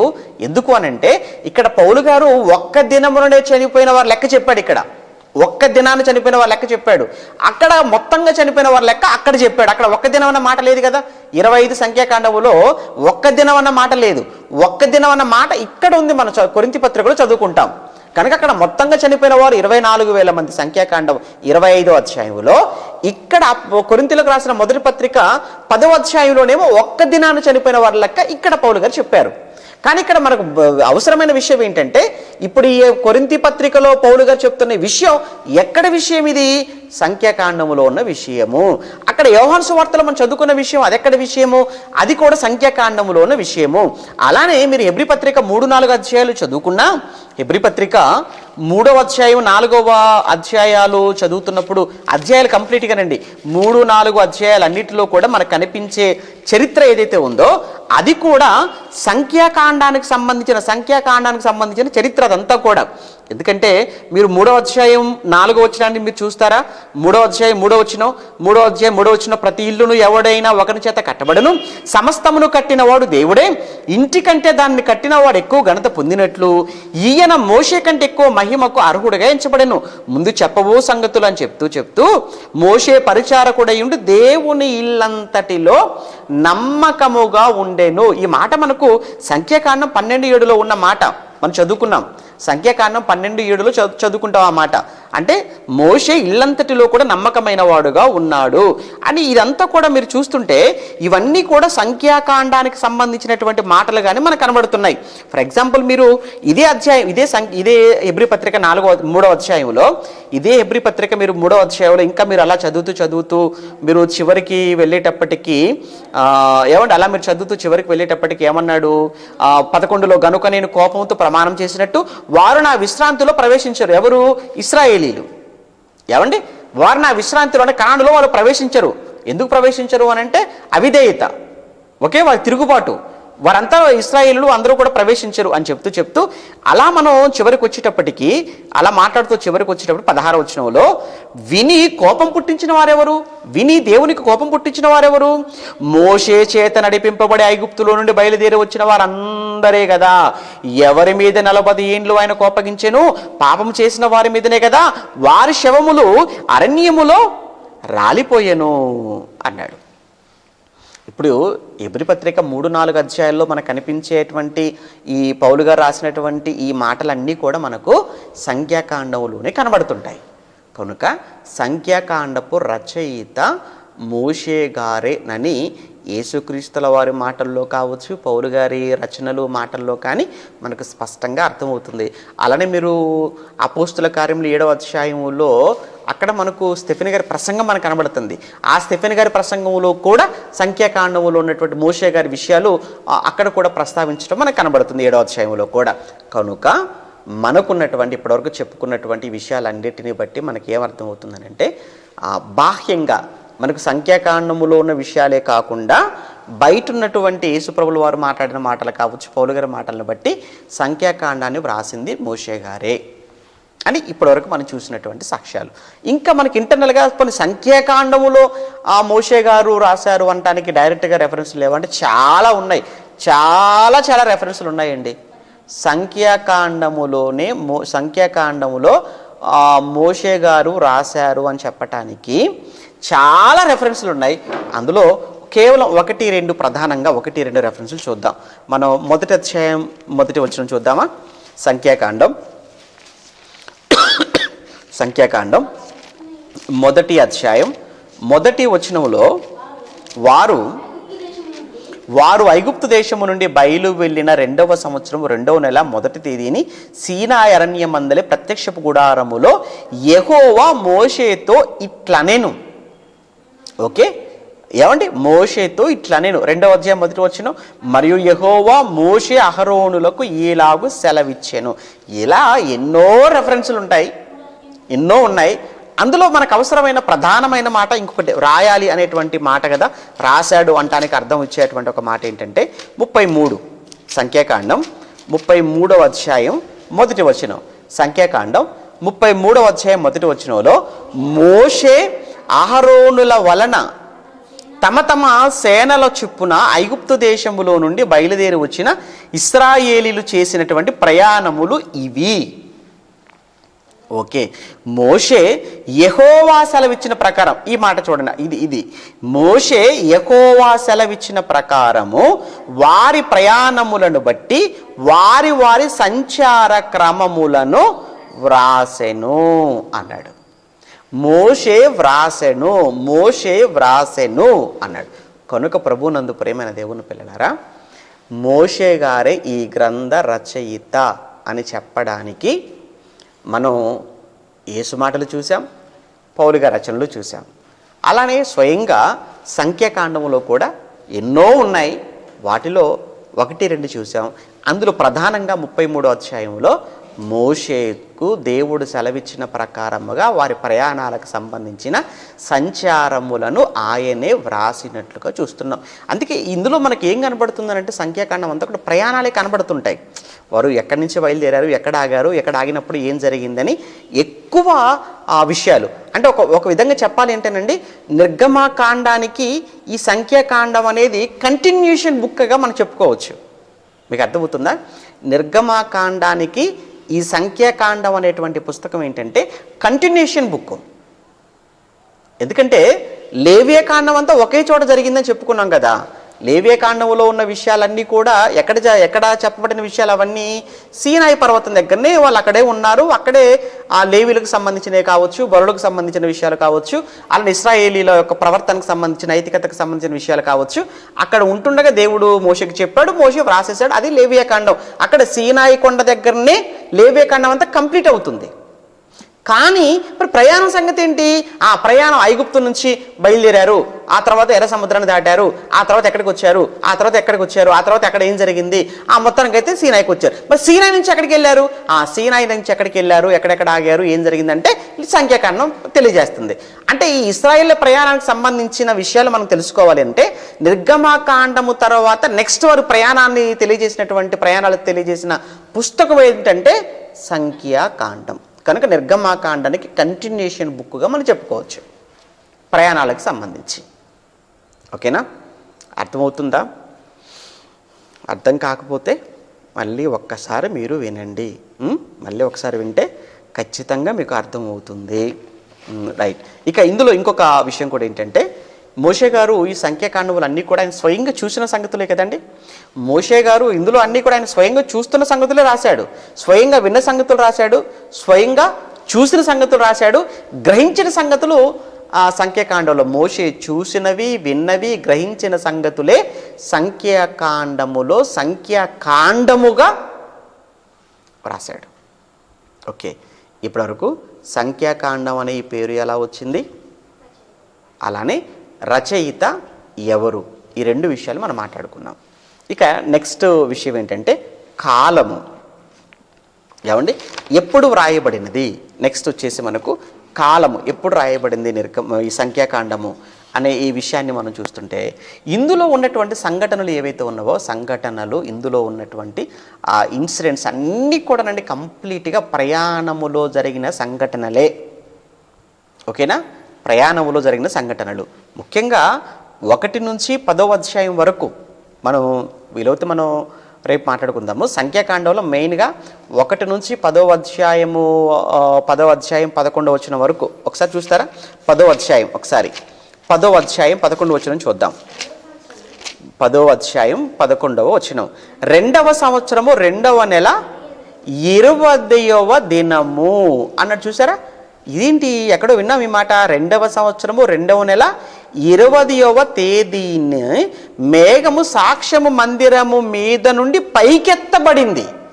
మీకు ఒక విషయం చెప్పాను కదా, వాళ్ళ ప్రయాణ పద్ధతి ఏంటి, ఇశ్రాయేళ్ల ప్రయాణ పద్ధతి ఏంటంటే మేఘము సాక్ష్యపు మందిరము పై నుంచి మేఘం పైకి లేచిందని అంటే వీళ్ళంతా కూడా వీళ్ళ గుడారాలు టెంట్లన్నీ కూడా విప్పేసుకొని అన్నీ కూడా సర్దుకొని బయలుదేరిపోవాలి, ప్రయాణం అనమాట. మరలా ఎప్పుడైతే ఆ మేఘము ఆ మందసం పైకి అలా వచ్చేస్తుందో అప్పుడు వెంటనే వీళ్ళు అక్కడ ప్రయాణము ఆపేయాలి. అర్థమవుతుంది కదా, అది ఇశ్రాయేలీల ప్రయాణపు పద్ధతి. ఆ మందసం అనేది ముందు వెళ్ళిపోతూ ఉంటుంది, లేవీయులు దాన్ని మోసుకుంటూ ముందు వెళ్ళిపోతుంటారు మందసాన్ని.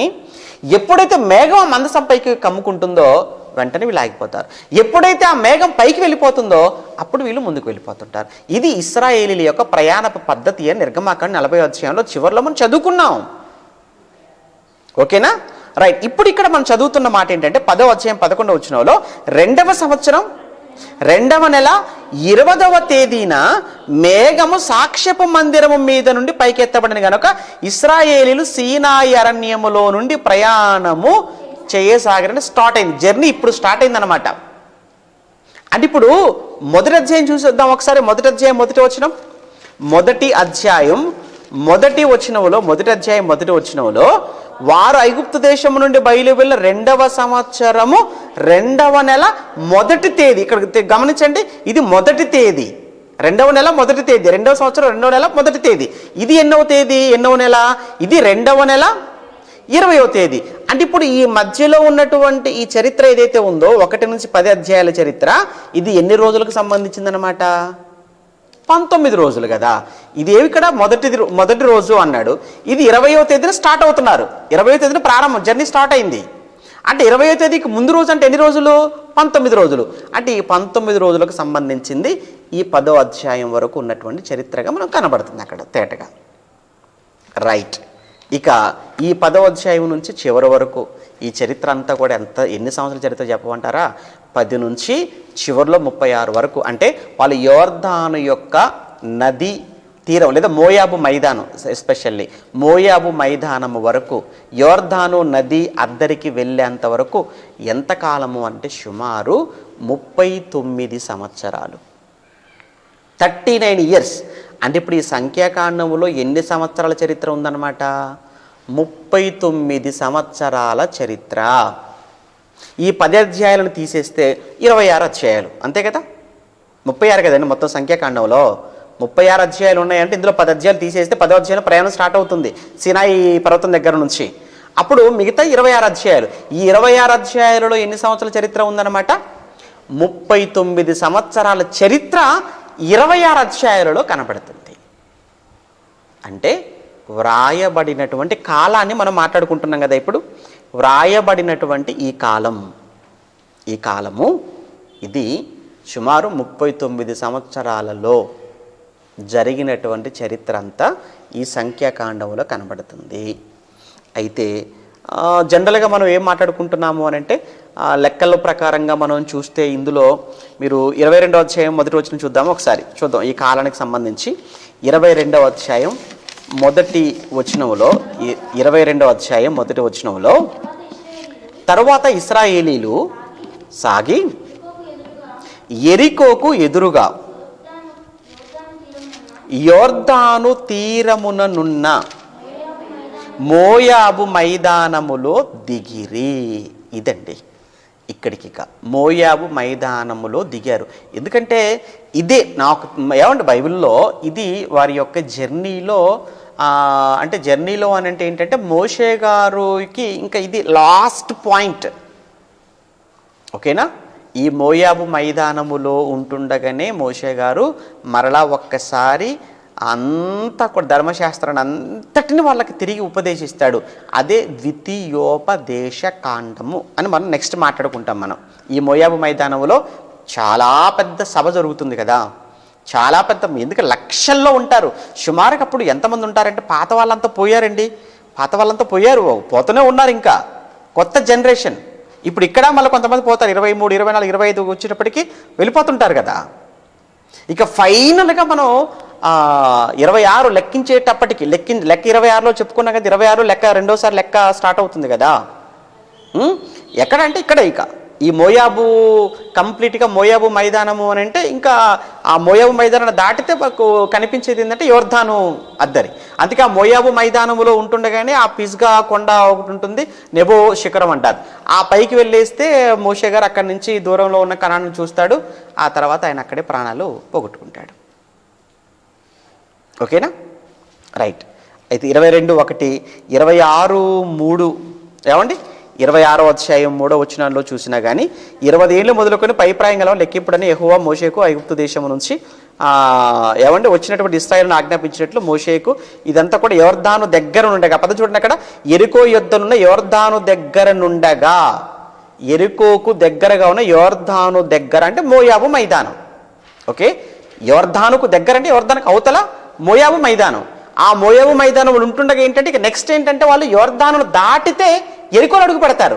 యెరికోలో అడుగు పెట్టారంటే ఏముంది, ఇంకా కనాన్లో వాళ్ళు అడుగు పెట్టినట్టే కదా. అర్థమవుతుందా? ఏమో ఎప్పుడు విన్నట్టుగా లేదా అనిపిస్తుంది. మరి ఎప్పుడు వింటారు? ఎంతసేపు కీర్తనలు, సామెతలు, నీకు ఇష్టమైనవి, అక్కడక్కడ ఆశీర్వాదాలు, వాగ్దానాలు ఇవే చూసుకుంటూ ఉంటే ఏం తెలుస్తాయి చెప్పండి? ఇవన్నీ మనకి ఎందుకు అనుకోండి, ఇవన్నీ మనకు అవసరం. ఏమండి, మన చరిత్ర ఇది, మన పితరుల చరిత్ర కదా, ఇది మన దేవుని చరిత్ర కదా.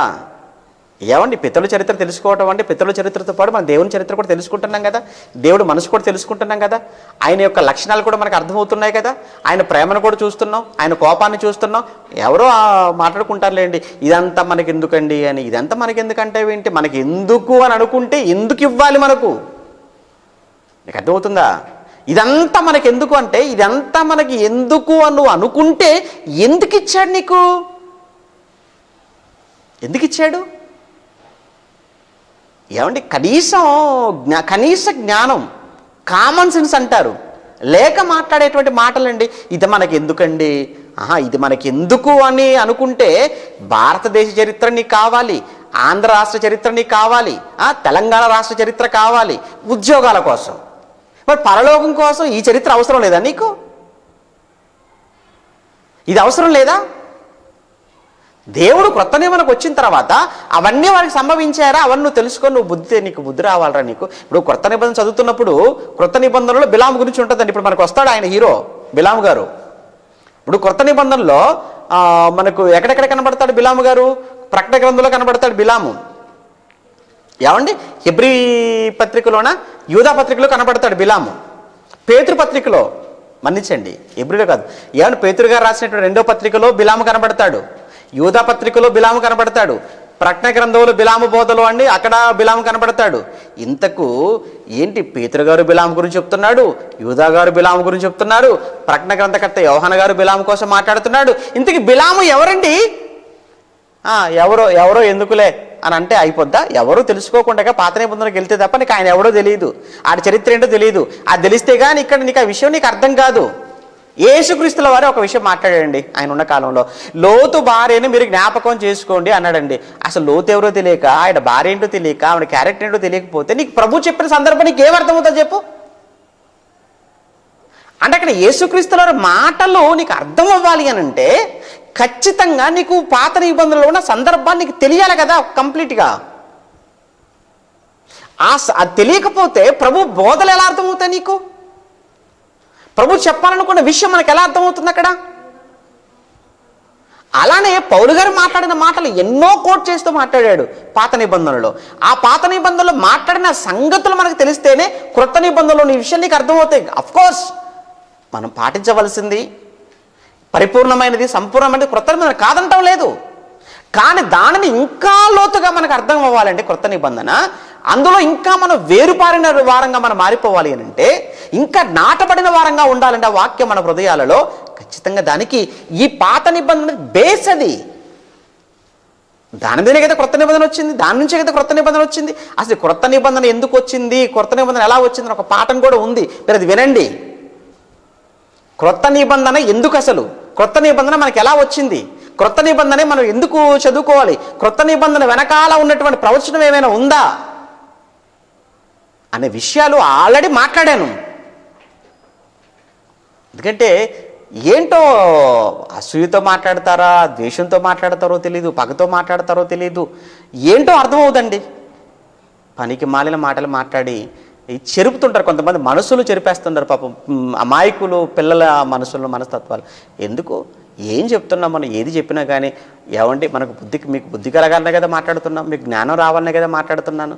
మిమ్మల్ని ఏదో పండితులను చేయాలని కాదండి, భక్తులను చేయాలి. మీకు ఎన్నోసార్లు చెప్పాను, మిమ్మల్ని బైబిల్లో పండితులను చేయాలన్న ఉద్దేశంతో కాదు. బైబిల్లో ఎవరు పండితులు, ఇంత జ్ఞానాన్ని నేర్పిన జయశైల గారు తండ్రి గారు అప్పుడప్పుడు అంటుంటారు, నేను ఇంకా విద్యార్థిని. పండితులు ఎవరు చెప్పండి? ఇక నేను పండితున్నా, నేనే పండితులు నేను చెప్పుకోలేదే.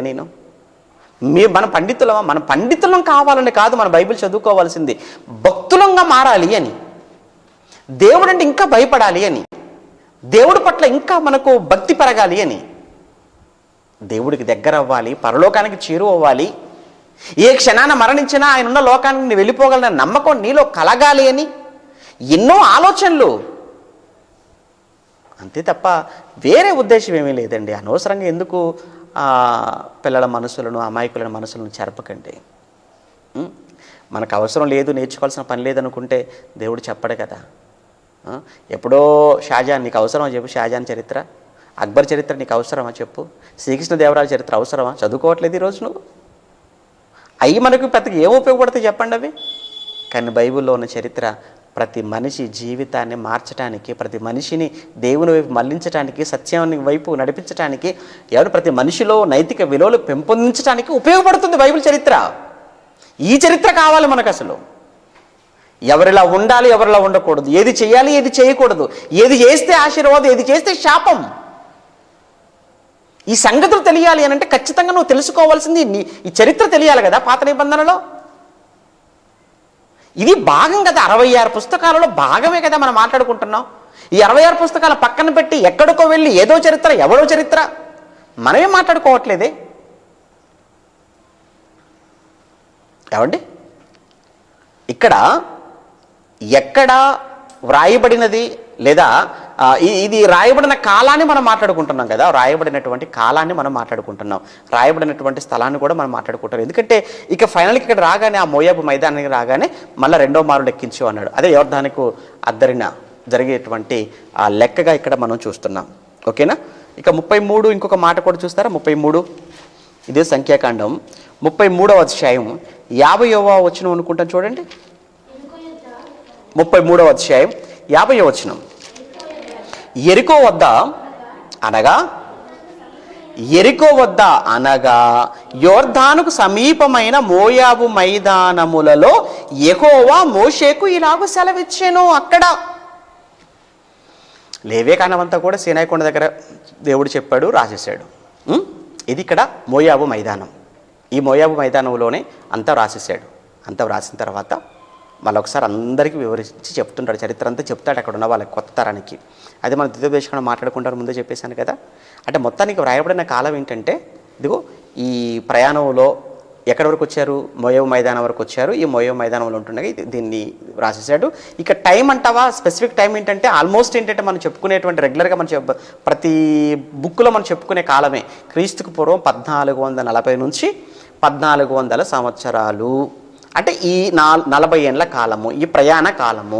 ఈ ప్రయాణ కాలంలోనే దీనిని ఈ 5 కాండాలను 5 గ్రంథాలను కూడా మోషే గారు వ్రాసి కంప్లీట్ చేసేశారు. ఇది మనం చెప్పుకుంటున్నది. ఇక ఇందులో మనకు యేసుక్రీస్తుల సంఖ్యాకాండంలో మనకు యేసుక్రీస్తుల వారు పరోక్షంగా మనకు కనబడుతూ ఉంటారు.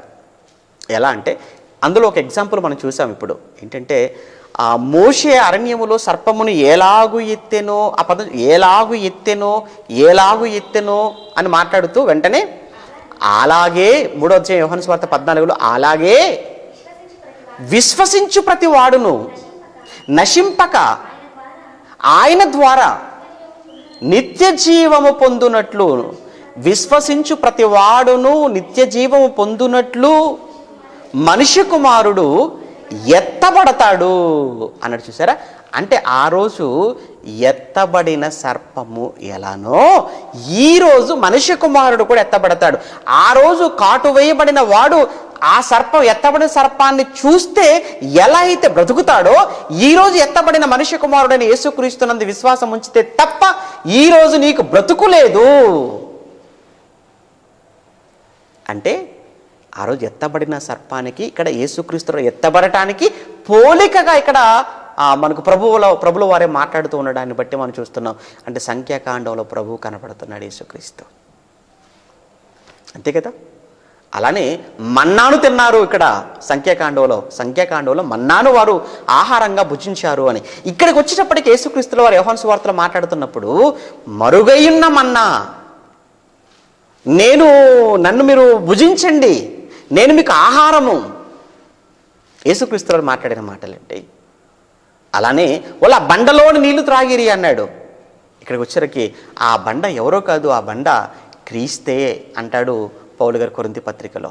అంటే మనకి ఇక్కడ యేసుక్రీస్తుల వారి యొక్క పరోక్షంగా ఇక్కడ మనకు సంఖ్యాకాండవులో మనకు ప్రభులు వారు కనబడుతున్నారు అని అనటానికి మీకు చూపించే మాటలు ఇవి.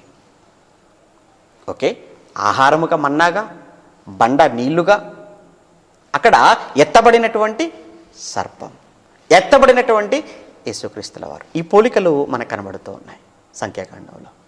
ఇక మరొక ముఖ్య విషయాన్ని మనం చూసుకొని మనం ముగించేసుకుందాం. ఈ సంఖ్యాకాండం యొక్క ముఖ్య ఉద్దేశం ఏంటంటే, ఇశ్రాయేలీలు సీనాయి పర్వతము దగ్గర నుంచి బయలుదేరిన వారు కనానుకు, అంటే లేదంటే ఇంకొక మాట, సీనాయి పర్వతం నుంచి అనుకుండా ఐగుప్తు నుంచి కంప్లీట్గా ఐగుప్తు నుంచి బయలుదేరినటువంటి ఇశ్రాయేలీలు అందరూ ఎందుకు కనానుకు చేరుకోలేకపోయారు? మీకు అర్థమైందా? బయలుదేరిన వాళ్ళు 6 లక్షల మందికి పైగా బయలుదేరారు అని మనం నిర్గమాకాండంలో మనం మాట్లాడుకున్నాం. 6 లక్షల మందికి పైగా బయలుదేరిన కాల్బలం ఆ రోజు ఏమండి, యోధులైన వారు, ఇంకా స్త్రీలు, వృద్ధులు, పిల్లలు లెక్కలేదు. ఆ రోజు 6 లక్షల మందికి పైగా బయలుదేరినటువంటి ఇశ్రాయేలీలలో కేవలము కనానుకు చేరేటప్పటికి 2 మాత్రమే చేరుకున్నారు. వారే యెహోషువ, కాలేబు. మరి మిగతా వాళ్ళంతా ఎందుకు చేరుకోలేకపోయారు? మీకు అర్థమైంది నా ప్రశ్న? సంఖ్యాకాండం యొక్క ఉద్దేశం ఏంటంటే, సంఖ్యాకాండం అనే ఈ గ్రంథం యొక్క, సంఖ్యాకాండం అనే ఈ పుస్తకం యొక్క ఉద్దేశం ఏంటంటే, ఏం చెబుతుంది ఈ పుస్తకం అని అంటే, ఐగుప్తు నుంచి బయలుదేరిన ఇశ్రాయేలు అందరూ ఎందుకు కనానుకు చేరలేదు, అందరూ ఎందుకు కనానుకు చేరుకోలేకపోయారు అన్న విషయం తెలియచేసే పుస్తకమే సంఖ్యాకాండం. అంటే బయలుదేరిన వాళ్ళంతా ఎందుకు వెళ్ళలేకపోయారంటారు? బయలుదేరిన వాళ్ళంతా ఎందుకు కనానులో అడుగు పెట్టలేదు? ఎందుకు అడుగు పెట్టలేదా? సంఖ్యాకాండం 36 అధ్యాయాలు అని వారి చరిత్ర అంతా కూడా చక్కగా రాసిపెట్టాడు. ఇది సంఖ్యాకాండం యొక్క ముఖ్య ఉద్దేశం. అయితే ఈ సంఖ్యాకాండానికి సంబంధించి ముఖ్యమైనటువంటి ఉద్దేశం చూసాం. ముఖ్యమైన అధ్యాయం అంటే ముఖ్య ఉద్దేశాన్ని బలపరిచే, అంతే కదా. ముఖ్య అధ్యాయం అంటే ముఖ్య ఉద్దేశాన్ని బలపరిచే ముఖ్యమైన అధ్యాయం ఒకటి ఉంది. అది సంఖ్యాకాండము 14వ అధ్యాయం. సంఖ్యాకాండం 14వ అధ్యాయం చెప్పే సంగతి ఏంటంటే, వీళ్ళందరూ కూడా బయలుదేరిన వీళ్ళందరూ ఎందుకు కనానుకు చేరుకోలేకపోయారు అన్నది 14వ అధ్యాయం చెబుతుంది. కాబట్టి ఈ సంఖ్యాకాండానికి మెయిన్ చాప్టర్, ముఖ్యమైన అధ్యాయం ఏంటంటే 14వ అధ్యాయం. రైట్. ఈ 14వ అధ్యాయంలో ఏ వచనం మనకు సరిపోతుందంటే 22, 23 వచనాలు. సంఖ్యాకాండం 14వ అధ్యాయం 22, 23 వచనాలు. సంఖ్యాకాండం 14వ అధ్యాయం 22-23 వచనాలలో, నేను ఐగుప్తులోను అరణ్యములోను చేసినటువంటి సూచక్రియలను నా మహిమను చూసిన ఈ మనుష్యులందరూ ఈ 10 మారులు నా మాట వినక నన్ను పరిశోధించిరి. అబ్బబ్బబ్బబ్బబ్బ, ఏంటండి దేవుడు, ఆయన గోడు, ఆయన బాధ, ఆయన వేదన, ఆయన ఆవేదన చెప్పుకుంటున్నాడు. నన్ను 10 మారులు పరిశోధించిరి, నన్ను 10 మారులు పరిశోధించేశారే ఇశ్రాయేలీలారా. నేను మీకోసం ఎన్ని చేశానురా? మీకోసం ఐగుప్తులో ఉన్నప్పుడు మిమ్మల్ని ఎలా నేను కాపాడుకున్నాను మీకు తెలియదా?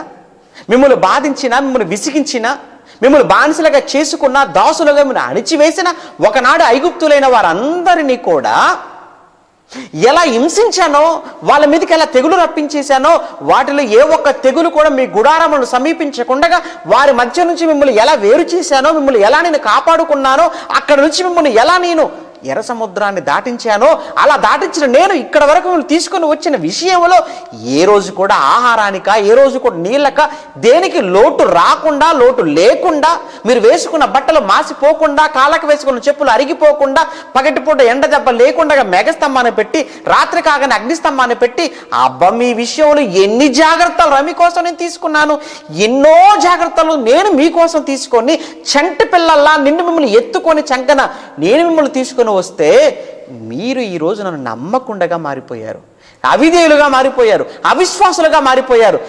కనుక నేను మీకు ఇచ్చే శాపం, మీలో ఏ ఒక్కరు కూడా నేను మీకు వాగ్దానం చేసిన వాగ్దత్త దేశములో అడుగు పెట్టకూడదు, అడుగు పెట్టడానికి వీలు లేదు. 23వ వచనం, కాగా వారి పితరులకు ప్రమాణపూర్వకంగా నేరిచ్చిన దేశమును వారు చూడనే చూడరు. కారణం, నన్ను అలక్ష్యము చేసిన వారిలో ఎవరునో దానిని చూడరు. అయిపోయింది. నన్ను ఎవ్వరు చూడరు, ఇక ఎవరు చూడరు.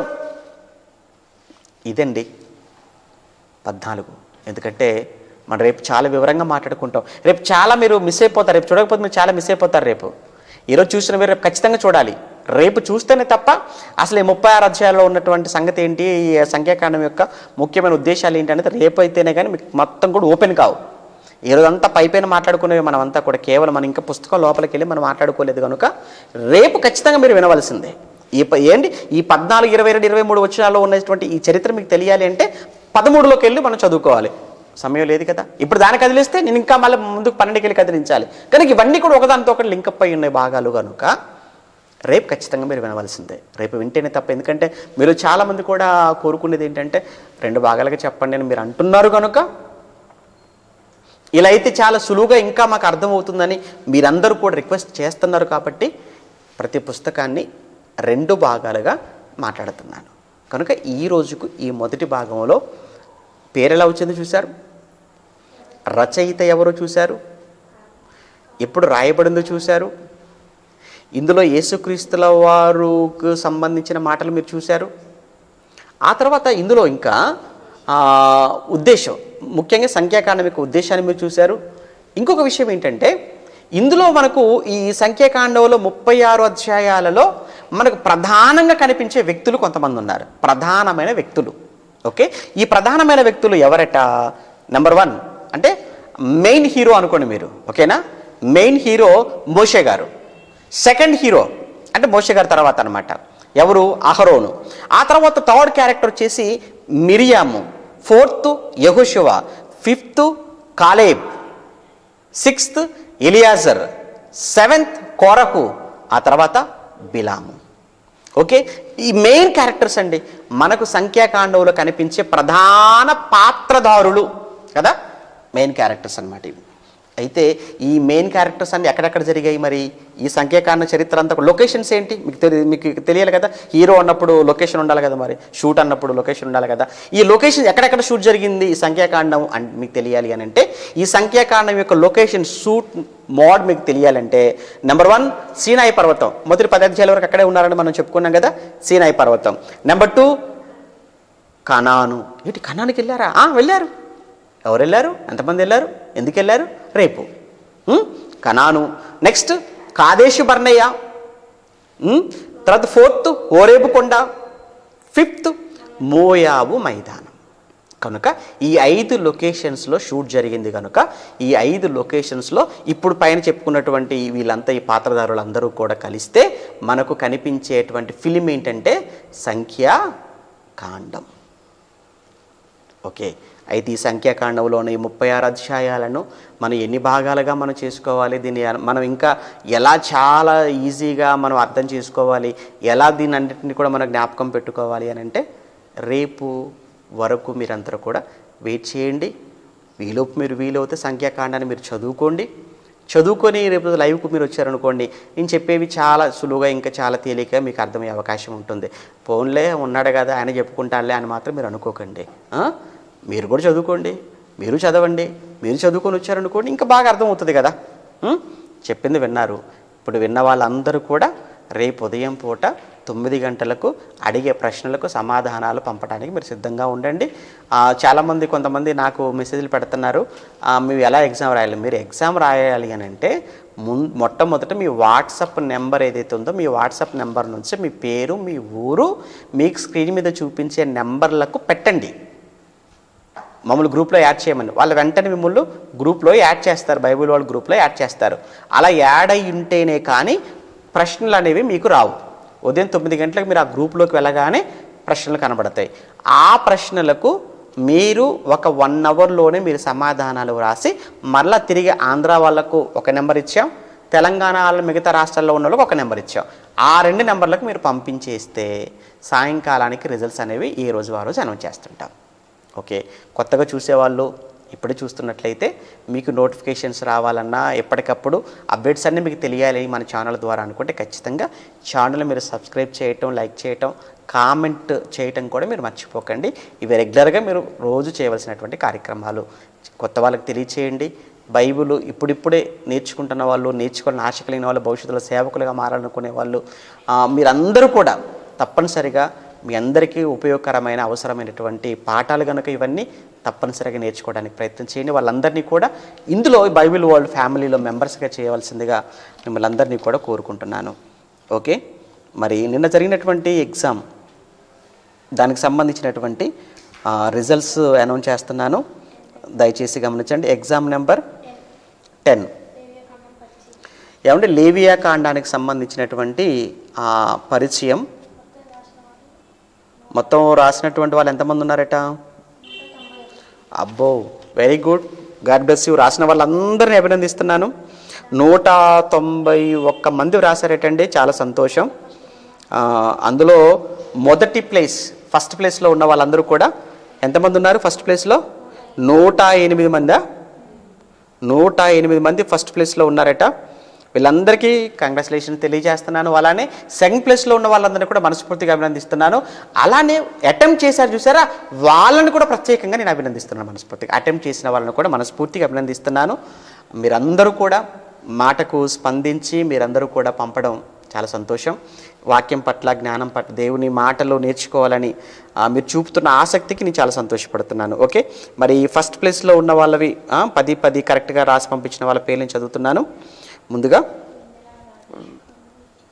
ఏమండి, Vinila Raj Kurnool, Mounika Kakinada, Nagaraju Bhimavaram, Nageswari Kurnool, Dhanraj Kakinada, Sampoorna Amalapuram, Lakshmidevi Vinjaram, Parimala Proddatur, Akanksha Kanigiri, Samuel Victor Anantapur, Sandhyarani Anantapur, Tanuja Kavagunta, Manchu Hanuman Junction, Jasmine Tirupati, Sunny Tirupati, Ruth Adoni, Malleswari Chilakaluripet, Angel Eluru, Keerthana Eluru, Subhashini Tadepalligudem, George Hanuman Junction, Rajakumari Tiruvuru, Benjamin Prathipadu, Mahesh Prathipadu, Sirisha Darsi, Sravanthi Ongole, Sameera Ongole, Sushma Ongole, Satvik Bhushan Tadepalligudem, Mohan Srikalahasti, Devaprasad Kothapatnam, Yesuprasad Kavvagunta, Amrutha Venkatesh Prakasam, Dimple Darsi, Pravallika Chilakaluripet, Sujatha Rajahmundry, Sandeep Darsi, Lakshmi Chodavaram, John Kakinada, Sirisha Kothapatnam, ప్రేమరాణి Kurnool, శ్రీచరిత Jangareddygudem, సుకన్యరావు Srikalahasti, స్వరూప కర్నూలు, పెద్దిరాజు రాజమండ్రి, వెన్నెల వైజాగ్, మహేష్ గుంటూరు, సౌజన్య ఆదోని, ప్రేమ్ కుమార్ జంగారెడ్డిగూడెం, మధు గుంటూరు, సిద్ధు గుంటూరు, విప్లవి ఒంగోలు, నాని తెనాలి, రోషయ్య గుంటూరు, సాత్విక్ గుంటూరు, సాహస శేష ఏంటి పేరు కరెక్ట్గా రాయట్లేదు, సాహసశాలినియా, సాహసశాలిని చిత్తూరు, శ్రీకాంత్ ఏంటి శ్రీకాంత్ నూజువీడు, పాల్రాజు రామచంద్రపురం, సరిత చాగల్లు, మున్ని చాగల్లు, రోజామణి ఎటపాక, శివకుమార్ చాగల్లు, నిరీక్షణ గూడూరు, అనుష వంగిపురం, లాజరస్ కాకినాడ.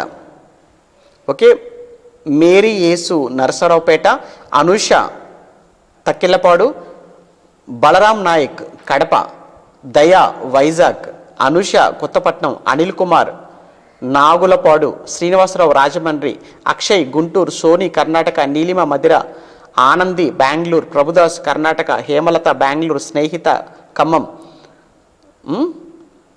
సంగమిత్ర మధిర.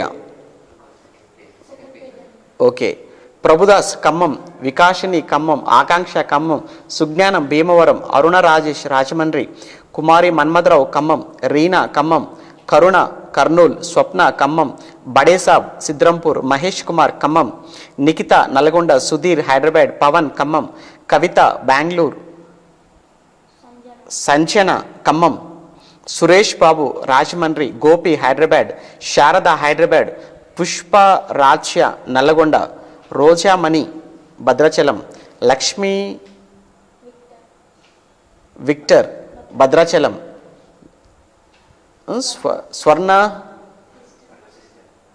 స్వరిత్ అనుకుంటాను, ఏదో స్వర్ణ సిస్టర్ అని ఉండాలి, ఖమ్మం ఏంటో స్వరిత.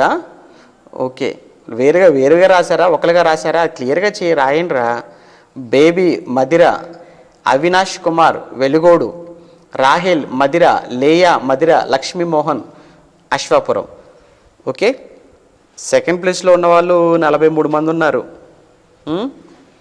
చాలామంది ఉన్నారు కదా, కొంచెం వీళ్ళందరి పేర్లు స్క్రీన్ మీద పెద్దగా చూపిస్తే బాగుంటుంది. మీరు కొంచెం కష్టపడండి. ఈరోజు స్క్రీన్ మీద చూపించారు అంటే మరి ఫస్ట్ ప్లేస్ సెకండ్ ప్లేస్ అన్నప్పుడు తేడా ఉండాలి కదా, వేరియేషన్ ఉండాలి కదా, అందుకోసం మీరు కేవలం డిస్ప్లే చేస్తారు. ఓకే, మీరు ఇంక కొంచెం కష్టపడి తప్పనిసరిగా మీరు రేపు 10కి 10 సంపాదించుకునే ప్రయత్నం చేయండి. ఈ రిజల్ట్స్ అన్నీ కూడా మన ఛానల్లో బైబిల్ వరల్డ్ లైవ్ అనే వేరే ఛానల్ ఉంది కదా మంది, అందులో మళ్ళీ మీకు రేపు మార్నింగ్ అప్లోడ్ చేస్తారు. మీరు ఎప్పుడంటే అప్పుడు ఎప్పటికైనా మీరు పెద్దోళ్ళు అయిపోయినా ఎప్పటికైపోయినా మీ పిల్లలు కూడా అవి అలా లైవ్లో అలా ఉండిపోతాయి, యూట్యూబ్లో ఉండిపోతాయి. కనుక ఇవన్నీ మీకు భవిష్యత్తులో తీపి జ్ఞాపకాలుగా ఉండిపోతాయి. కనుక తప్పనిసరిగా ఎగ్జామ్ రాయండి, తప్పనిసరిగా అందరు కరెక్ట్గా రాసి పంపించే ప్రయత్నం చేయండి. ఓకే, ప్రార్థన చేసుకుందాం, తిరిగి రేపు మనం లైవ్లో కలుసుకుందాం. ప్రేమ కలిగిన మా తండ్రి, మీకు వందనాలు. మీ పిల్లలతో కలిసి ఇప్పటి వరకు మీ శ్రేష్టమైన జ్ఞానవాక్కులు మాట్లాడుకోవడానికి మీరు ఇచ్చిన గొప్ప అవకాశాన్ని బట్టి మీకు వందనాలు చెల్లిస్తూ, కేవలం మీ వాక్యాన్ని మేము విని విడిచిపెట్టేవారుగా ఉండక మీ వాక్య ప్రకారం ప్రవర్తిస్తూ అనేకులకు నాయన ఈ వాక్యాన్ని ప్రకటించే వారముగా ప్రతిరోజు మీ పనిలో మేము ఉండగలిగే భాగ్యాన్ని మాకు ఇవ్వండి. ఇప్పుడున్నటువంటి నాయన ఈ సమయాన్ని మేము వృధా చేసుకోకుండా ప్రతిరోజు మాకిచ్చిన ఈ వేదములో నుంచి ఎన్నో విషయాలు, వాటిలో కొన్నైనా మేము తెలుసుకుంటూ సమయాన్ని సద్వినియోగం చేసుకునే భాగ్యాన్ని మాకు ఇవ్వండి. మరి ముఖ్యంగా ఎంతోమంది మీ పిల్లలు మరి అనారోగ్యం తో బాధపడుతూ ఆర్థికంగా కూడా మరి ఇబ్బందుల్లో ఉన్నారు అని తెలిసి మీ పిల్లల విషయమే చింతిస్తున్నాం. తండ్రిగా మీ పిల్లలను ఒక్కసారి నాయన మీరు చూడాలి, వారి మీద మీ కృప మీ కనికరాన్ని వారిపై ఉంచి అనారోగ్యంతో బాధపడుతున్న, ఆర్థిక లేమిలో ఇబ్బంది పడుతున్న మీ పిల్లలను మీరు ఆదుకొని ఆదరించి హక్కును చేర్చుకోమని ప్రాధేయపడుతూ, ఇంతటి జ్ఞానాన్ని మాకు నేర్పించిన మీ కుమారులు మా తండ్రి గారికి చక్కని ఆరోగ్యాన్ని ఆయుష్ను ప్రసాదించండి. ఎంతోమంది మీ పిల్లలు ఇంకా జాయింట్ డైరెక్టర్ మొదలుకుంటే నాయన కోఆర్డినేటర్స్ వరకు ఎందరో మీ పిల్లలు మీ వాక్యాన్ని ప్రతి దినము కూడా ఏదో ఒక రూపంలో ఎంతోమంది మీ పిల్లలకి తెలియచేయడానికి వాళ్ళు చేసేటువంటి ప్రయత్నాలు అన్నింటిలో కూడా మీ సహాయాన్ని వరకు అనుగ్రహించండి.